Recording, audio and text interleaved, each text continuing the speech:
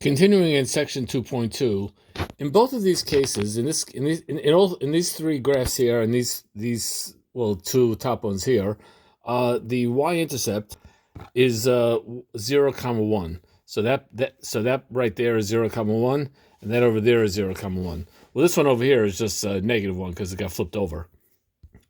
And in all exponential graphs, no matter what the base is, whether it's 2 to the x, 3 to the x, 10 to the x, e to the x, chihuahua to the x, whatever it is, the y-intercept is always going to be anything to the x. The y-intercept is always going to be 0, 1. The way to change that is as follows. If I put a coefficient in front, like y equals 3 times 5 to the x power, for example, then the y-intercept now becomes 0, 3. So my general exponential function is going to be y equals a times b to the x power. That's the general exponential function. And the y-intercept of this function is going to be 0, a, and that's true whether a is a positive number or a negative number. For example, up here, in this graph that we saw earlier, a was equal to -1.